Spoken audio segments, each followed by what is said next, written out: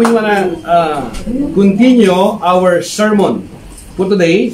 We're speaking about the book of Colossians, and now we are in part 5, and this is the last chapter in chapter 1, and we are now in part 5 in Colossians chapter 1, verse 21 to 29.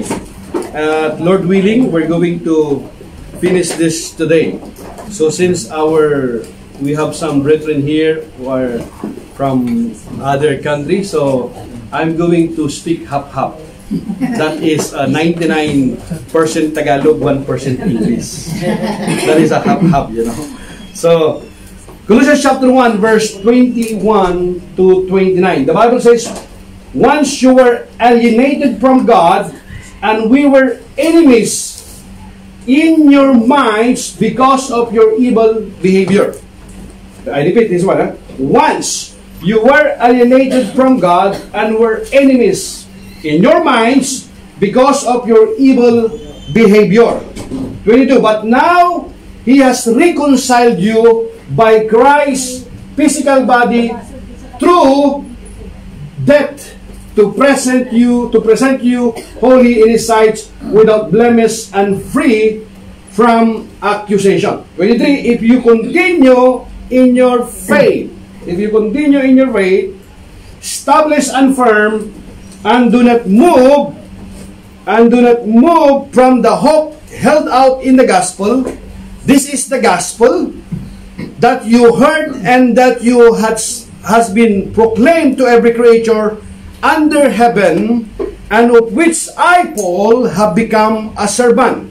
Now I rejoice in what I am suffering for you, and I fill up in my flesh what is still lacking in regard to Christ's affliction for the sake of His body, which is the church. 25. I have become its servant by the commission God gave me to present to you the word of God in its fullness, the mystery that has been kept hidden for ages and generation, but is now disclosed to the Lord's people. Other version, but has now been revealed. Or other version means keep hidden or keep mystery. 27. To them, God has chosen to make known among the Gentiles the glorious riches of this mystery, which is in Christ in you, the hope of glory. The hope of glory. He is the one we proclaim, admonishing and teaching everyone with all wisdom, so that we may present everyone fully mature in Christ. 29. To this end, I strenuously contend with all the energy Christ so powerfully works in me. May the Lord bless for the reading of His word. Let us pray. Father, we thank you that your word are life and spirit. Father God, as I'm going to preach your word today, use your servant, an instrument only. Give me honest conviction, clear speech, so that I may preach your word with power and boldness, without compromise, to bring glory and honor to your name alone. In Jesus' name, amen. This is Paul speaking. This is the letter of Paul in Colossae, a young church Colossae. Why? Because there are false teachers. May mga false teacher doon na mga nagtuturo ng ibang aral patungkol kay Jesus Christ. Iba ang kanilang pananaw. They are thinking that Jesus is not really in a physical. Maybe He's one of the spirit only, because Spirit is good but physical is bad, so it cannot be. You know, or these are the Gnostic believers. They have different thinking. They have different view about Jesus Christ. That's why Paul, last time we talked about the supremacy of Christ, the authority of Christ, which is Jesus is already there before the heaven and the earth has been created. Bago palikhain ang langit at lupa, Jesus is already there. Pinag-aralan po natin yan. Amen? Amen. In chapter 4. Here, in verse 28, skip the verse 21 in English. 21 in English. Once you were alienated from God and were enemies in your minds because of your evil behavior. Yan ito pagkakasabi sa Tagalog. Sige. Dati kayo malayo sa Diyos at naging kaaway niya dahil sa inyong paggawa at pag-iisip ng masasama. Meaning, before they come to Christ, ito yung kanilang kalagayan. Ito po yung kanilang katatayuan, yung kanila pong gawain, yung kanilang pamumuhay. Kapag wala ka sa kingdom of life, nasa kingdom of darkness ka. Kung wala ka sa Diyos, nakanino ka? Amen. Hindi pwedeng nasa gitna. If you are not following the will of God, then you are disobedient if you are not obedient. Amen. We know that obedience is rebellion against God. Pagre-rebeldo yan sa Panginoon. Ito po yung kalagayan po nila noon. Pero by the grace of God, thank God, that the gospel, the word of God, narinig po nila. Hindi kay Paul, not to Paul, but one of the disciple of Paul, Epaphras. Amen? Dinala po niya yung salita doon. Kaya sabi niya, dati malayo ka sa Diyos at naging kaaway niya dahil sa inyong paggawa at pag-iisip ng masasama. Ngunit, next. Skip that one na. Put it in English. Here in verse 21, biblical text, once you were alienated from God and were enemies in your minds because of your evil behavior. Paul begins by speaking of their past. Everybody says past. Noting their conditions before coming to Christ. This is on no sense judgmental on Paul's part. In other letters, he speaks graphically about his own sinful, shameful past. Hindi dahil hinuhusgahan niya yung mga tao doon, kundi sinasabi niya lang yung kalagayan. Ibig sabihin kasi pinapakita rito yung kapangyarihan ng Diyos, the power of God, who is able to transform lives. Hallelujah. Amen? Amen. Hindi niya hinuhusgahan. In fact, kahit siya, sinasabi niya, si St. Paul, inaamin naman niya sa sarili niya na hindi naman siya banal. Amen? Siya ay tulad din natin na makasalanan, nagkakasala.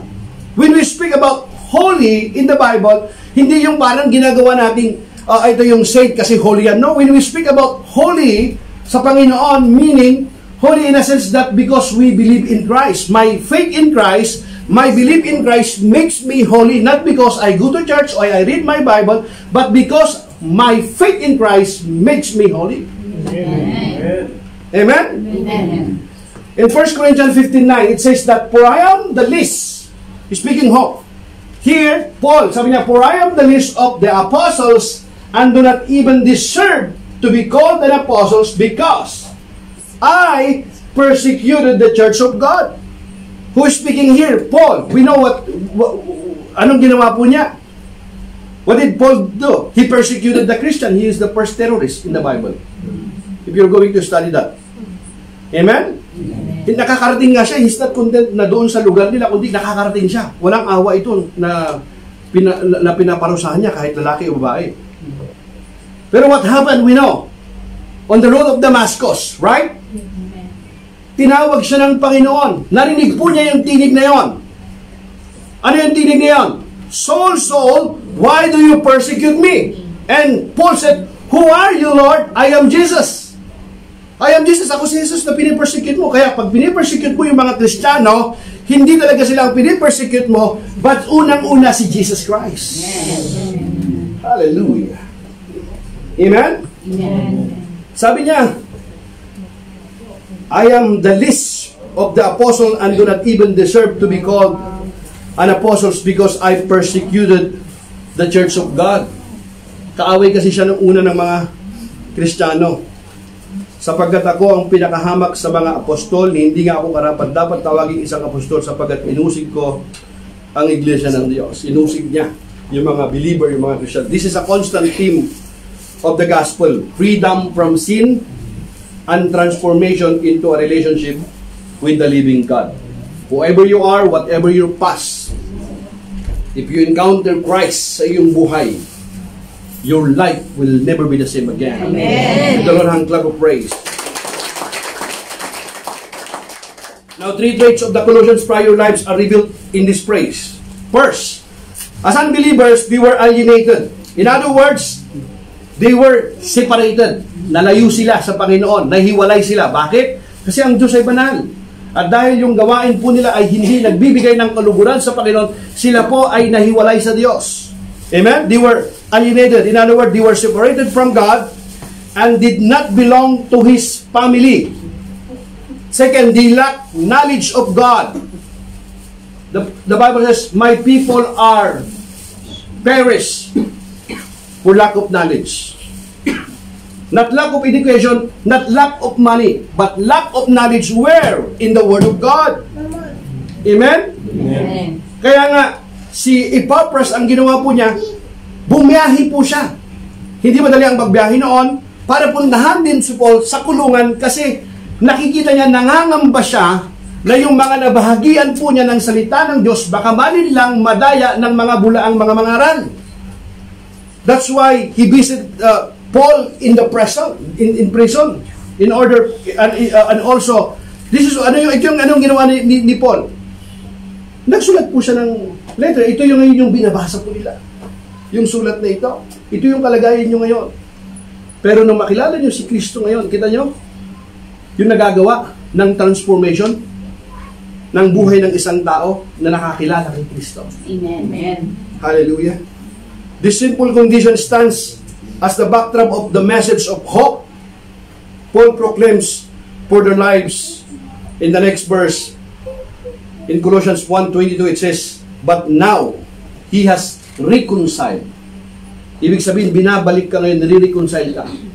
But now, He has reconciled you by Christ's physical body through death to present you holy in His sight, without blemish and free from accusation.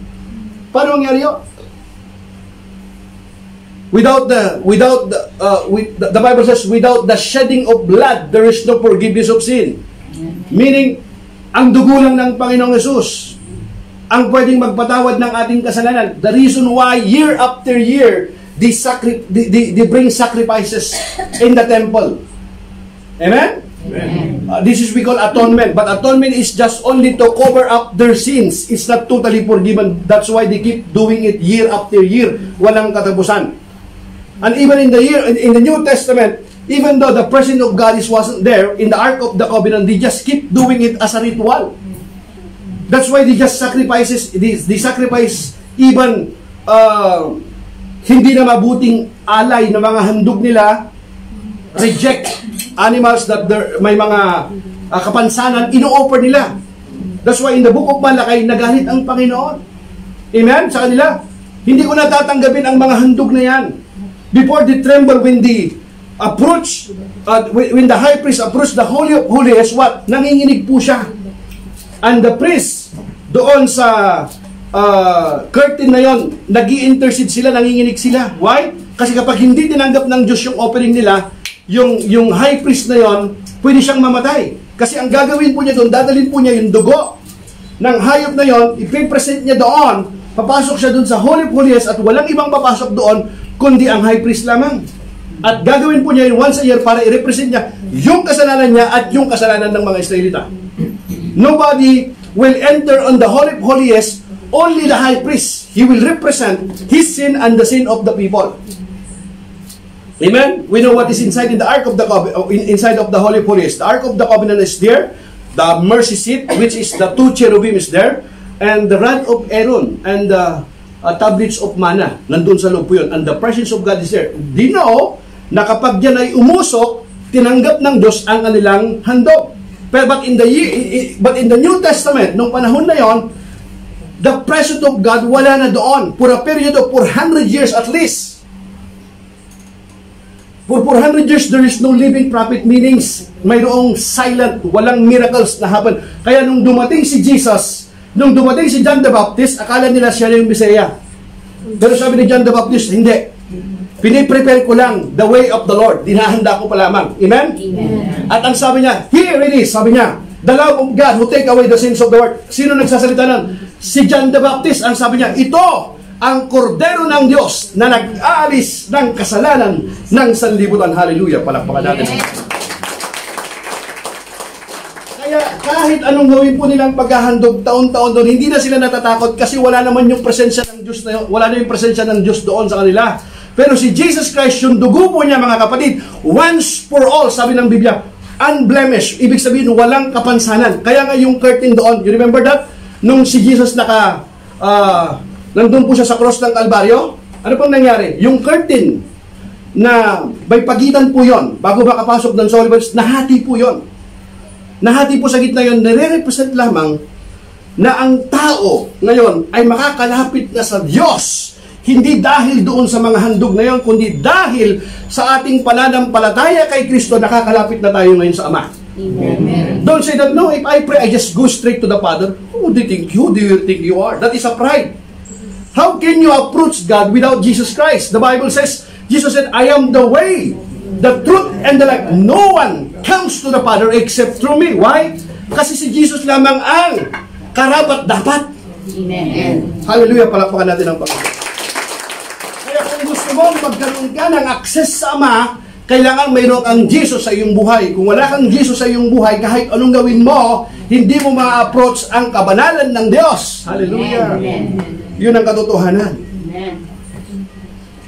Praise God. Through the Colossians, believers were once evil in thoughts and actions. Jesus' death in a human body provided the sacrifice necessary to restore them. Hallelujah. To restore them. Kasi, yung dugo ni Jesus, hindi lamang natatakpan yung kasalanan. Yung dugo ng mga hayop, taon-taon natatakpan lamang yung kasalanan. Pero yung dugo ng Panginoon, hindi natatakpan yung kasalanan, kundi what?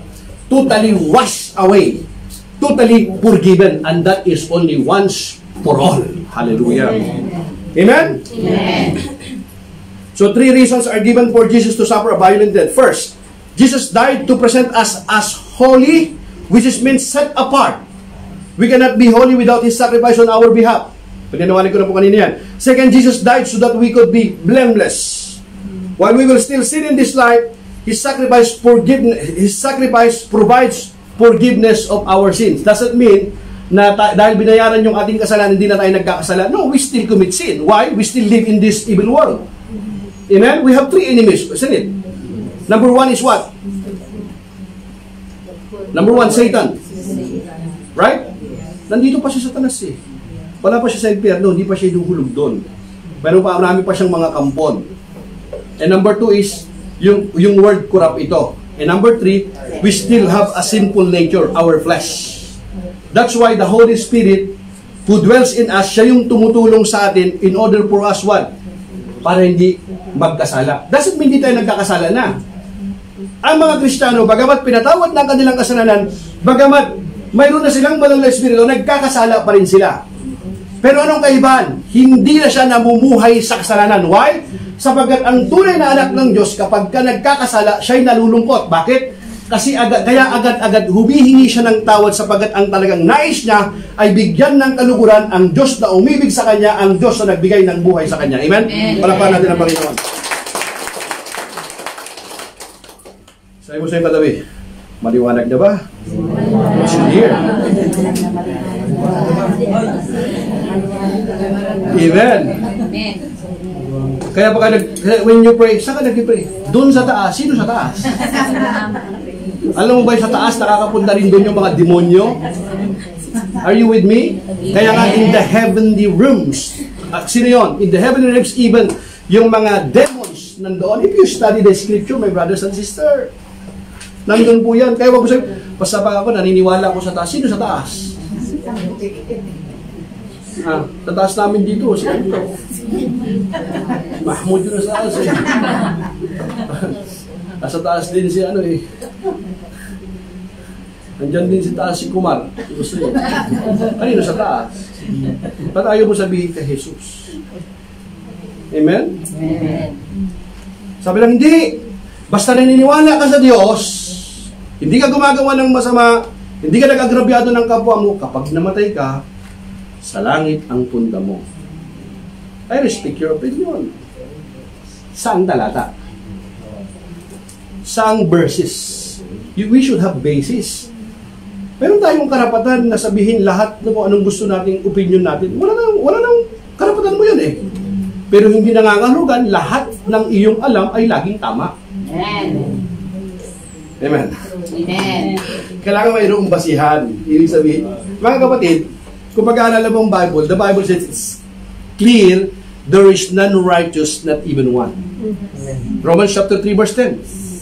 Romans 3:23, for all have sinned and fall short of the glory of God. Isaiah chapter 64 verse 6, ang inyong mabubuting gawa, isang maruming basahan sa harapan ng Diyos. Sabi sa English, filthy rags. Maruming basahan sa harapan ng Diyos. Why? Kasi yung Diyos natin ay napakabanal. Hallelujah. Amen? Amen. Purihin ng Diyos. Third, Jesus died so we could be above reproach. Paul spoke of being above reproach as a qualifications for elders in the local church. Here, however, the emphasis is on being above reproach is an eternal sense based on what Christ has done, not our human efforts. Hindi dahil sa ating ginawa, kundi dahil sa ginawa ni Jesus. Amen. The finished work of Jesus on the cross of Calvary. The sacrifice of Jesus make us right with God, something only He could provide. Sino yon? Walang iba, kundi ang Panginoong Jesus lamang. Amen? Palapakan natin ang Panginoon. Verse 23. If you continue in your faith, everybody say, if you continue, ibig sabihin, kung magpapatuloy ka. Siguro mayroong hindi nagpapatuloy. Amen? Amen. If you continue in your faith, establish and firm, ibig sabihin matibay siya, establish and firm, and do not move from the hope held out in the gospel. This is the gospels that you heard, and that has been proclaimed to every creature under heaven, and of which I, Paul, have become a servant. Siya dati, kinakaaway niya yung Kristiyano, subalit nasumpungan niya ang katotohanan, yung katotohanan ang nagpalaya sa kanya, kaya sumunod siya sa Panginoon kahit na siya ay pinipersecute ngayon, nahihirapan kahit nasa kulungan siya, dahil naranasan niya ang kapangyarihan ng Diyos sa kanyang buhay, naranasan niya ang katotohanan sa kanyang buhay, nanindigan siya sa katotohanan. Amen? Ito yung ibig sabihin, mga kapatid. Why? Sometimes it's difficult to accept the truth because sometimes truth hurts. Amen? Amen. Kaya nga yan ang hinahanap ng Panginoon, yung naninindigan sa katotohanan, sapagkat maraming mga tao, kahit narinig ang katotohanan, kahit nalaman ang katotohanan, hindi kayang tanggapin ang katotohanan dahil masakit ang katotohanan. Amen? Amen. So, saan mo gustong masaktan? Sa katotohanan o sa kasinungalingan? Totoong masakit ang katotohanan, pero higit na mas masakit ang mamuhay ka sa kasinungalingan. Amen? Amen. Sabi mo sa katiwin, narinig mo yun. Amen? That's why God is still looking for a man and woman of God who will stand in the truth. Yan ang hinahanap po ng Panginoon, mga kapatid. Amen? Amen. Sabi niya, sapagkat kailangan ninyong manatiling tapat at matatag sa inyong pananampalataya at huwag pabayaang mawala ang pag-asang dulot ng magandang balita na inyong narinig. Niloob ng Diyos na kung si Pablo ay maging lingkod para sa magandang balitang ito na ipinangaral sa lahat ng tao sa buong daigdig. Kita mo, niloob ng Diyos, bagamat dati kaaway niya yung mga Kristiyano. Kasi akala niya yung kanyang pananampalatayang naumpisahan, totoo. Akala niya, convinced siya sa kanyang sarili na kayong kanyang pananampalataya ay totoo. Pero wala siyang kamalay-malay. Kinakalaban pala niya ang Diyos. That's why the Bible says, right? In Proverbs 16:25, right? It says that there is a way seems right to a man, but in the end, it leads to death. May daang matuwid sa tingin ng tao, ngunit ang dulo nito ay kamatayan. Akala mo ito na yung totoo. Hindi dahil marami, hindi dahil matagal na, laging yun ang totoo. Sabi ni Jesus, sa makipot na daan. Amen? Amen. Are you with me? Amen. Amen? Amen. Now, Paul's previous comments about being holy through Christ are true only for genuine believers. Everybody's genuine believers. Genuine believers. When you speak about genuine means hindi imitation. Kasi may parang mga, maraming mga imitation ngayon. Nakita na kayo yung mga plastic. Kala mo, kaibigan mo, yung pala plastic. Tayo mo yung katabi mo, sis, Brad, may kilala kang gano'n? Diba? Nakita ka ng gano'n? Mahalik sa pisngi mo, ay, how are you? Diba? Kasama mo pag, masyal. Yung pala, sinulot ka na. Wala kang kaalam-alam. Are you with me? Amen. He then gives 4 marks of such legitimate believers which are continuing in the faith, being stable, being steadfast, and not shifting from the hope of the gospel. Ibig sabihin, naninindigan ka, nagpapatuloy ka, hindi ka mapimini-mini, habibi, alatul sida. Amen? Amen. Eh base, alatul sida. Ibig sabihin, diretso. Amen? Kaya ka nagtatagal kung minsan, alam mo kung bakit nagtatagal yung tao kung minsan sa kanyang pinupuntahan? Hindi kasi tuloy-tuloy yung pagpunta eh. Marami pang dinadaan-daanan eh. Di ba? Tayo mo katabi mo, saan ka ba nagpupunta? Amen? Are you with me? Ha? The last half of this verse notes 2 important concepts. First, Paul refers to the widespread of the gospel message. Obviously, Paul does not mean nor does he think that every person in the world had heard the gospel when he wrote this word. Hindi pa naman lahat talaga nakakarinig ng magandang balita. Instead, as in Colossians 1:6, Paul is poetically referring to the quick spread of the gospel across many parts of the world. Kasi nga, kahit siya, he did not go there in Colossae. Pero, yung magandang balita, the good news, maraming mga taong tumanggap sa city na yon. Bagamat hindi siya pumunta doon, hindi siya nakapangaral doon, kasi nga nasa kulungan siya, nakulong siya, hindi dahil gumawa siya ng masama, kundi dahil sa pagsunod niya sa Panginoon. Amen? Amen. Hallelujah. Pero nakita niya na bagamat wala siya doon, hindi siya nangangaral, mayroong ginamit ang Diyos para ang salita ng Diyos ay makarating doon sa mga lugar na kahit hindi niya napupuntahan. Ganon makapangyarihan ng salita ng Diyos. Hallelujah. Amen? Amen. Parang ako dati takbo sa Pilipinas. Daming i-invite. Many people who invited me come, and I keep on refusing so many reason. Pero hindi ko alam. Dito pala sa Middle East pa. Ako tawagin ng Panginoon. Glory to God. Second, Paul states he is a minister of the gospel. He mentioned this in verse 1 as well, taking time here again to emphasize his role as a servant of the Lord and of His gospel. 24. Now I rejoice. Sabi niya. Ngayon nagagalak na siya. Now I rejoice in what I am suffering for you. Ibig sabihin niya, kahit ito yung aking nararanasan, kahit na ako'y nagsasuffer, makita ko lamang kayo, nagpapatuloy sa Panginoon. Makita ko lamang kayo, ligtas kayo, mayroon kayong eternal light in heaven, makakasama ninyo ang Panginoon. Then, sabi niya, kahit nagsasuffer ako, sabi niya, now I rejoice in what I am suffering for you. And I fill up in my flesh what is still lacking in regard to Christ's affliction for the sake of His body, which is the church, speaking about the people of God. Hallelujah. Hindi po yung building, but the people of God. Amen? Amen. Yan yung ibig sabihin po ng church in the Bible. Nagagalak ako sa aking paghihirap, alang-alang sa inyo sapagkat sa magitan nito ay naipagpapatuloy ko ang paghihirap na kailangan pang gawin ni Kristo para sa iglesia ng kanyang katawan. This verse emphasizes Paul's sufferings. Writing from Roman house arrest, he declares that even though he declares that he can still rejoice even though he is under hardship, just as James taught in the book of James chapter 1, Paul could rejoice in suffering because he knew that the end result was glory in God. Kaya nga, magalak kayo kapag kayo nagdaranas ng mga pagsubok.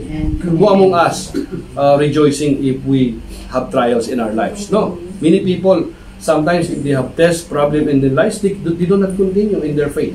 They stop. They stop going to church, they stop to pray. What?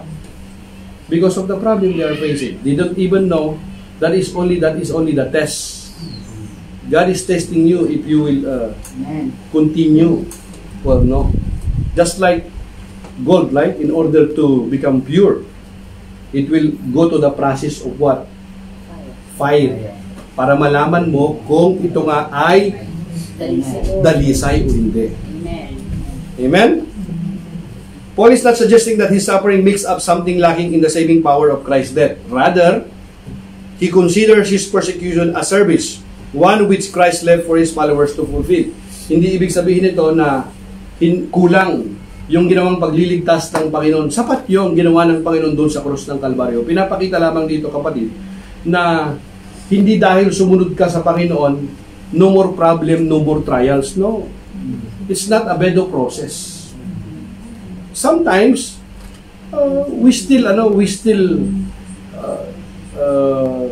suffer persecution. Sometimes, we still have trials in this life. But remember, God promised that He will never leave us nor forsake us. Amen? He said that I am with you always, even to the ends of the earth. Palapakan natin ang Panginoon. Hallelujah! Amen? Amen? So maganda pala yung pinangako ng Panginoon. Hindi naman niya sinabi ng Panginoon na, hindi, magsasuffer ka dito, magkaroon ko ng problema, pabayaan na kita. No! Hindi ka pinabayaan ng Panginoon. Ipinangako ng Panginoon na sasamahan ka niya. Amen. Ipinangako ng Panginoon na hindi ka niya iiwan, hindi ka niya pabayaan. Tanong, naniniwala ka ba doon sa kanyang pangako? Amen. Amen? Amen. Kung naniniwala ka doon sa kanyang pangako, nagpapatuloy ka, hindi ka humihinto. Amen. Kung talaga naniniwala ka sa pangako ng Diyos, ginagawa mo yung kanyang kalooban. Amen. Hindi mo sinasaway. Amen. Amen? Sabi mo sa kanya, huwag nang makulit. Amen? Why? Kasi ayaw ng Panginoon na tayo ay magdusa pa. Amen. Why? Sometimes, listen to this, God may permit painful experience to correct you. Amen. Why? Because He discipline us. Kasi siya yung ating amang nasa langit bilang kanyang mga anak. Kapag ka hindi tayo sumusunod sa kanyang kalooban, dinidisiplina tayo. Ano yung mga disiplina? Minsan sasabihan ka lang, pinapalananan ka, ayaw mong makinig. Ano ngayon? Diba? Parang yung mga magulang, sasabihan ka, isa, dalawa, sisigawan ka na, ayaw pong makinig, may palo na. Amen? So, anong gusto mo? Palo? Sakit yun. Remember that the Lord is our shepherd. Diba? The Bible says, the Lord is my shepherd, I shall not want. He makes me to lie down in green pasture. Yung shepherd, anong ginagawa niya doon sa kanyang mga alagang mga tupa? Diba? Kapag pinapakain niya, kinakalansing niya. Ibig sabihin, dito kayo. Kaya nga, yung shepherd, lagi siyang may tungkod. Anong gagawin niya? Hindi dahil di siya makalakad ng maayos. Yung tungkod niya, pangalawit niya doon sa mga tupa, sa mga sheep. Kasi yung mga tupa, without a shepherd, they will be lost. Maliligaw lamang sila. They will squandered. Pwede silang mapahamak, malapa lang sila ng mga mababangis na mga hayop. Kaya kinakalawit niya. Tinatalingting niya, dito kayo. Pagka makulit pa rin, kinakalawit niya na. Kapag kayong tupa masyadong makulit, pinapalo niya na. Ngayon, mas gugustuhin ng shepherd na mapilayan yung makulit na tupa na yon kaysa malayo siya. Kasi kapag malayo siya, tiyak, magiging ulam lamang siya. Kaya nga, ang gagawin naman niya, pagkatapos niyang paluin, sabi ng Biblia, tinatalian niya, ginagamot naman niya. Amen? Amen. Hallelujah. 25, I have become its servants by the commission God give me to present you the Word of God in its fullness. Ako'y naging lingkod nito nang piliin ako ng Diyos upang ipahayag sa inyo ang kanyang salita. Pinapakita dito, hindi ako self-proclamation na isang apostol lamang. Kalooban ito ng Panginoon, tinawag ako ng Panginoon, sabi niya. Ako na sumulat na ito sa inyo, nag-i-encourage sa inyo. Ito yung aking naranasan. Ito yung kalagayan ninyo ngayon. Ito yung karanasan ko ngayon. Pero dahil tayo na kay Kristo, yung dati nating masamang gawain, yun ay atin nang nilimot. Itinabi na natin yun. Amen. At yung ginagawa natin ngayon, yung kalooban na ng Panginoon. Kasi nga, yun yung pre-present niya, yung salita ng Diyos. Yung kanyang salita. Ibig sabihin, yung salita ng Panginoon na magbibigay sa atin ng mabuting landas. Sabi ng Biblia, your word is a lamp unto my feet and a light unto my path. Hallelujah. Amen? Amen. Now, this was something God entrusted to Paul as a steward. A steward is someone charged with care until the master return for his property. Kaya nga, napakagandang marinig sa bibig ng ating Panginoon. One day, marinig mo na sabihin niya sa ito, well done, good, my faithful servant. Ganda, di ba? So, Paul viewed his work as part of God's plan for his life. It was not merely for his own benefit, but in order to serve others. In this particular context, that means the Colossian believers, his task is to spread knowledge of the Word of God as far as possible. Ano man ang kanyang maranasan, ano man ang kanyang kalagayan, whether in napapanahon man o hindi, in season or out of season, encourage niya, preach the Word, share the Word of God. Here though, Paul does not mean the written Word of God. The New Testament had not yet been completed. Rather, he is referring to the gospel message of truth or truth of God which he had been preaching. Verse 26, the mystery that has been kept hidden for ages and generation but is now disclosed to the Lord's people. Bakit to the Lord's people? Kasi nga, hindi naman ito alam ng unbelievers. Why?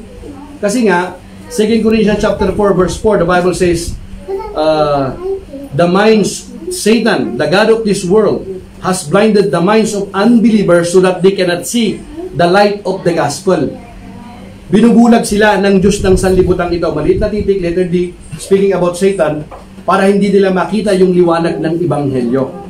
Ibig sabihin, kahit na minsan yung mga tao, kahit anong share mo, anong invite mo, bakit ayaw mag-response? Kasi nga, hindi talaga siya tinawag ng Panginoon.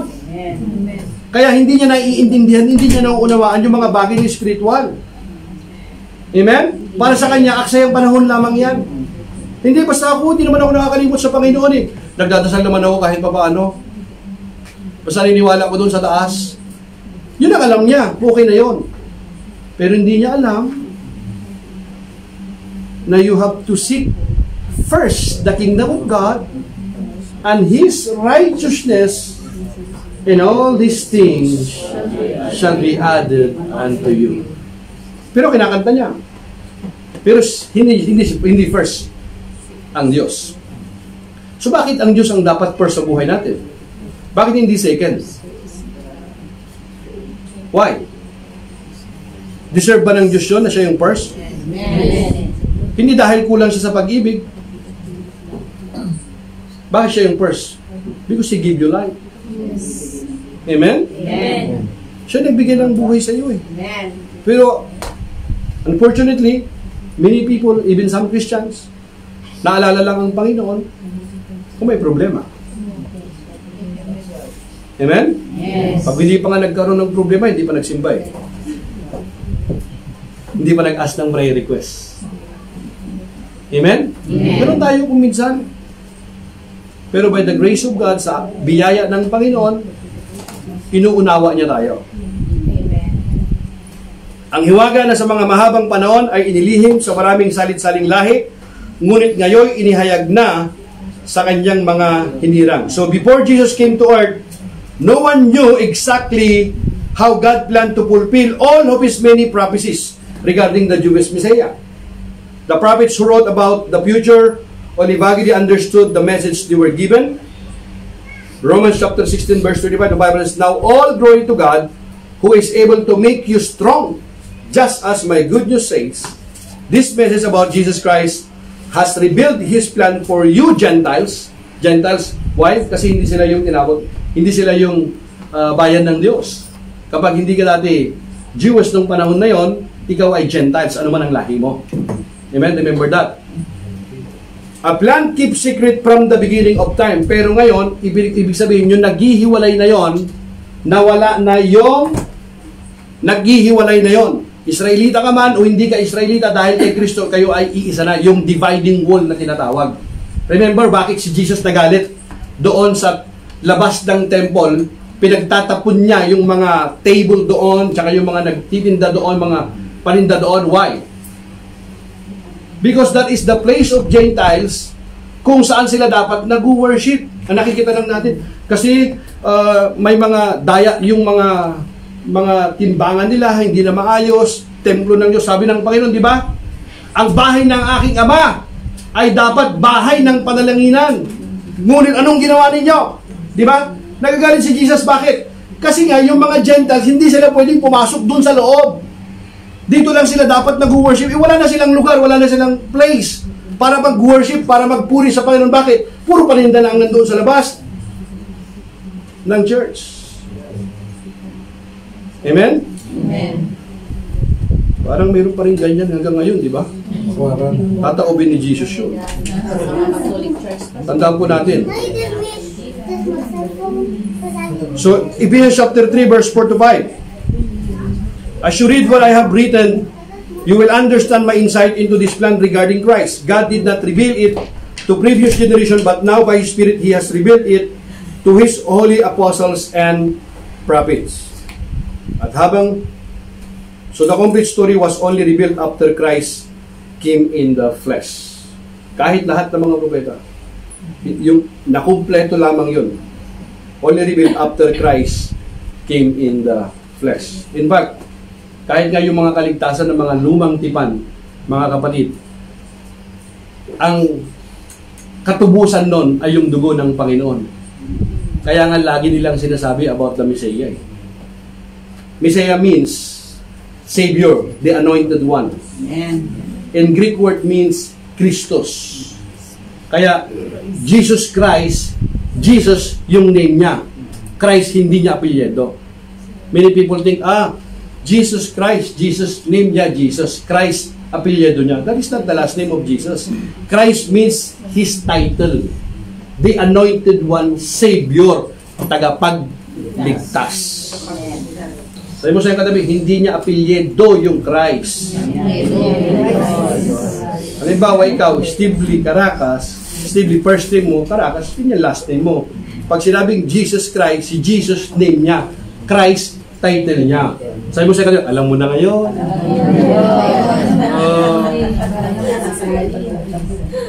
Ang dami, kaya nga pala, tagal-tagal na. Tagal mo na kayo walang nalaman. Diba? Amen. Amen? Amen. Verse 27, malapit na, dalawang verse na lang. To them, God has chosen to make known among the Gentiles. Tinutukoy ulit Gentiles. Di ba? Bakit? Kasi nga hindi sila yung pinili ng Panginoon, tinawag ng Diyos. Hindi sila talaga yung original eh. Pero, ngayon, ikaw man ay Hindil o ka man ay Hudyo na, kay Kristo, iisa na tayo. Amen. Hallelujah. To them, God has chosen to make known among the Gentiles the glorious riches of this mystery, which is Christ in you, the hope of glory. Here, notes God's sovereignty, which is His perfect and all-encompassing knowledge and control. The revelation came only when God chose to make it happen. Hallelujah. When God chose to make it happen. Lahat kapangyarihan ito ng Panginoon. Kakayahan ito ng Panginoon. Hindi dahil sa gawa ng tao, kundi gawa ito lahat ng Panginoon. This mystery was great both in content and impact among the Gentiles, including to the Colossian believers. So, the glory of this mystery is Christ in you. Yun yung mystery. Christ in you. Hallelujah. The hope of glory. The hope of glory. Christ came to earth and also now live on those who believe. Hallelujah. Amen? Amen. Christ in you, ibig sabihin mga kapatid, mayroon ka ng tagapagligtas. Mayroon nang tumubos ng iyong kasalanan. Mayroon ka ng puwang doon sa kanyang kaharian. Hallelujah. Kapag ikaw ay namatay, pagdating ng panahon, muli kang bubuhayan at isasama ka ng Panginoon saan? Sa kanyang kaharian at magkakamit ka ng buhay na walang hanggan. Hallelujah. Palakpakan natin ang Panginoon. He seeks to make the gospel message very personal for these Colossian Christians whom he has never personally met. with Christ in you as a saved believer. You have the hope of glory. In other words, a believer can be confident of eternity with Christ in heaven when he or she knows Christ is already in them now. Ngayon pa lamang, kapatid, buhay ka pa, humihinga ka pa lamang. Pagdating ng panahon na hindi na mananalaytay ang dugo sa iyong ugat kapag huminto na ang iyong hininga, pagdating ng panahon, yung buhay mo rito ay magtatapos na. Pagdating ng panahon, dahil mayroon kang Kristo sa iyong buhay, ikaw ay magkakamit ng buhay na walang hanggan. Amen. Amen? Amen. Sabi niya, paano mo nalaman na ikaw ay ligtas? Malalaman mo lang kapag namatay ka. Paano mo malalaman? Ipatay ka nga. Sabi ng Biblia, yung patay wala nang nalalaman. Iba na yung kanyang daigdig. Sa daigdig ng patay, sa daigdig ng buhay, magkaiba. Kaya yung patay, hindi na siya bumabangon muli, nagpapakita sa inyo. Nagparamdam sa akin si Lola. Saan talata naman yan mababasa, kapatid? Hindi talagang nakita ko, kahit nga talagang siya yung mukha mo, naniniwala ka dun eh. Paano ko may tatanggi, nagpakita talaga sa akin? Pati yung paru-paro na, idadamay mo pa. Saan aral mo nakuha yan? Walang aral namang ganyang Kristiyano. Kahit saan kahit saan sa relihiyon ng Kristiyano, walang ganyan. Kahit anong denominasyon mo o sekta mo, hindi tinuturo yan eh. Ewan ko kaninong aral mo napulot yan. Siguro yung mga Bombay, yung mga, wala naman ako sa Manalo, yung mga Indiano pumunta sa Pilipinas na iba, o kaya yung mga Inchik na iba, kung ano mga aral na itinuro sa atin eh. Pero sa Kristiyano mga kapatid, walang ganong aral. Amen? Hindi siya lalagay ka ng kutsara, maglalagay ka ng tinidor. Hindi naman siya kakain na eh. Iba na yung kanyang daigdig, mga kapatid. Malalaman mo, dito pa lamang, habang nabubuhay ka, alam mo, na pag namatay ka, alam mo kung saan ka mapupunta. Alam mo, doon ka sa piling ng Panginoon, kasi meron kang Kristo sa iyong buhay. Yes. Pero kung wala kang Kristo sa iyong buhay, wala. Amen. Amen? Amen. Maliwanag na po ba? Amen. So yung patay, mga kapatid, hindi pa siya nakakaakyat kasi wala pa siyang 40 araw. Saan mo nakuha yung 40 days? Ginaya mo na naman si Jesus Christ, hindi ka naman si Jesus. Si Jesus, mga kapatid, when He died, mga kapatid, after 3 days, the Bible says He rose again. He appeared what? To many believers, at least 10 different occasions for a period of 6 weeks. Total of 40 days. Amen? Si Jesus yon. After 40 days, He ascended. Nakita yon ng mga disipulo. Amen? 10 different occasions, nagpakita si Jesus sa mga 500 nagkakatipon, sa mga disipulo, nakita si Jesus eh. Saka siya umakyat sa langit. Saan aral mo naman nakuha? Hindi pa nakakaakyat yung kanyang kaluluwa kasi wala pang 40 days. 40 days si Jesus yun. Amen? Amen. Sabi mo sa kanila, magbasa ka ng Biblia. Are you with me, mga kapatid? Nasa Biblia yan eh.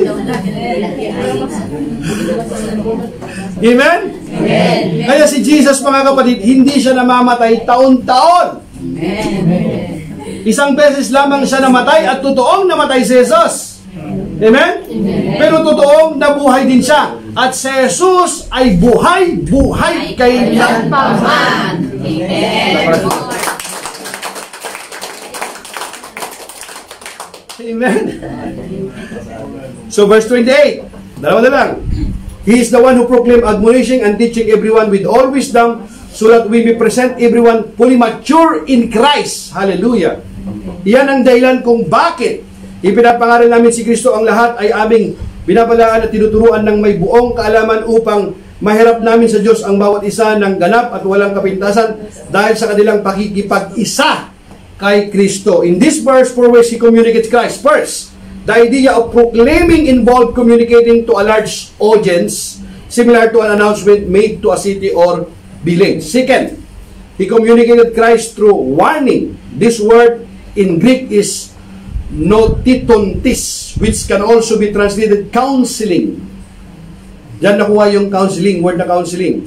This refers to the use of the gospel and biblical teaching to help people with problem areas in life. Kapag mayroon silang problema, hindi sila nagkakasunto, okay lang na magpa-counsel ka. Amen? Kaya nga ngayon, bago magpakasal, meron na munang counseling eh. Why? Kasi kahit alam na natin, natutunan natin sa ating mga matatanda na ang pag-aasawa ay hindi tulad ng kaning mainit na kapag ka napaso ay iluluwa. Alam mo yun. Sabi mo sa katabi, alam mo yun, di ba? Pero anong mali ba't pinapairal mo natin? Mahal ko kasi. Are you with me? So nagpakasal ka kaagad. Amen? Hindi mo pinag-isipan. Kaya hindi lang yung puso ang ginagamit mo, gamitin mo rin kukuti mo. Sabi ng Biblia, yung puso ng tao ang isa sa pinakamadaya sa lahat. Kapag yung puso mo hindi naka-enjoy sa salita ng Diyos, madadaya ka lang. It's not only about emotion. Yes, we are using our emotion. Amen? Pero sa salita ng Diyos, mga kapatid, hindi tayo maliligaw, hindi tayo malililang. Kaya hindi lang puso ang pinapairal mo. Sabi mo sa iyong katabi, gamitin mo rin kukuti mo. Gamitin mo rin yung isip mo. Pag-isipan mong mabuti, ipag-pray mo. Kalooban ba ito ng Panginoon? Makakabuti ba ito sa akin? Makakabuti ba sa aking pamilya ito? Itong gagawin kong ito. Mapi sura-sura. Amen? Mapi jaldi-jaldi. Amen? Third, Paul communicated through teaching or instruction, offering information to help others know the gospel and understand the Christian worldview. Fourth, Paul was not content with only converting people to Christ. He also desired maturity. Hindi lamang naging Kristiyano siya, enough na yun. No! Gusto ni Paul kasi kalooban ng Diyos na magpatuloy ka sa pananampalataya mo, maging matured ka sa iyong pananampalataya mo para hindi ka mailigaw ninuman. Amen? Hindi ka malinlang ninuman. Ephesians chapter 4 verse 12 to 14, the Bible says, to equip His people for works of service so that the body of Christ may be built up until we all reach unity in the faith and in the knowledge of the Son of God and become mature. Everybody says mature. Attaining to the whole measure of the fullness of Christ, then we will no longer be infants, tossed back and forth by the waves and blown here and there by the every wind of teaching and by the cunning and craftiness of people in their deceitful scheming. Hindi na yung naririnig mo lang dati na mga unang aral na mga panibago gusto ng Panginoon na nagiging matatag din yung iyong pananampalataya para hindi ka mailigaw ni numan. Amen? Amen? Amen. Tagal na nga natin. Kailan lang natin nalaman? Ganun pala yun. Apelyedo pala, hindi pala apelyedo ni Kristo. Ngayon nalaman yun.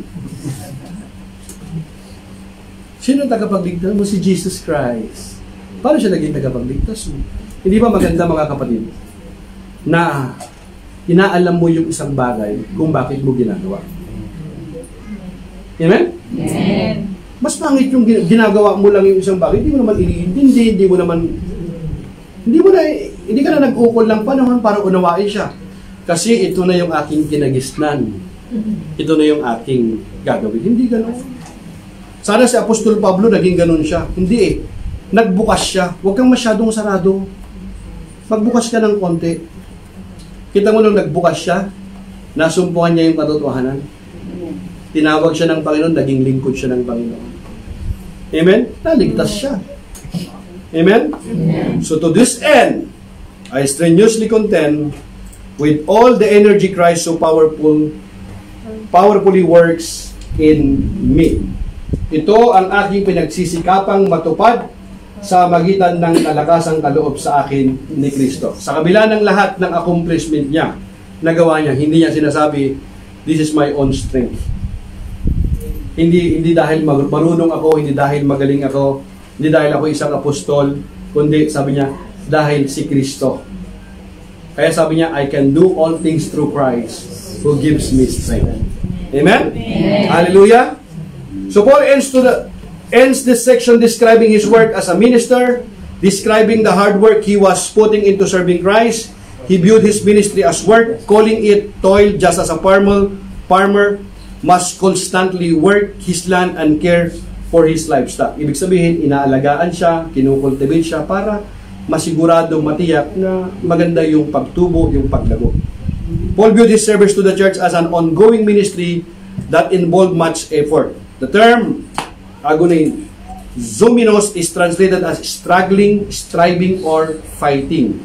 Kahit yung ating pananampalataya, di ba? Fight the good fight of faith. We're not just fighting, but give a good fight. Paul is willing not only to work, but to work hard and at great cost on behalf of his fellow Christians. So Paul often worked to the point of exhaustion on behalf of those he served, yet he did not serve in his own human strength. God provided the power. So when you stand up, my brothers and sisters, God expects us to be fully devoted to Him and in service to others, yet our power is from Him, not our own works. Let me repeat that. God expects us to be fully devoted to Him and in service to others, yet our power is from Him, not our own works. Ibig sabihin, yung kalakasan na yon ay nananangan tayo lamang sa kalakasan na ipinagkaloob ng Diyos sa atin. Hindi tayo nanangalan sa sarili nating kalakasan, kundi dahil sa Diyos na nagbigay ng lakas sa atin, nagbigay ng kapangyarihan sa atin, mapagtagumpayan ang anumang mga pagsubok, mapagtagumpayan ang anumang mga tukso, dahil ang Diyos ay nasa atin. Amen? Palapakan natin ang Panginoon. Muli po mga kapatid, maraming pong salamat sa inyong pong pagsama. Lord willing, we'll see you again next Friday. We love you and we're praying for you. God bless you.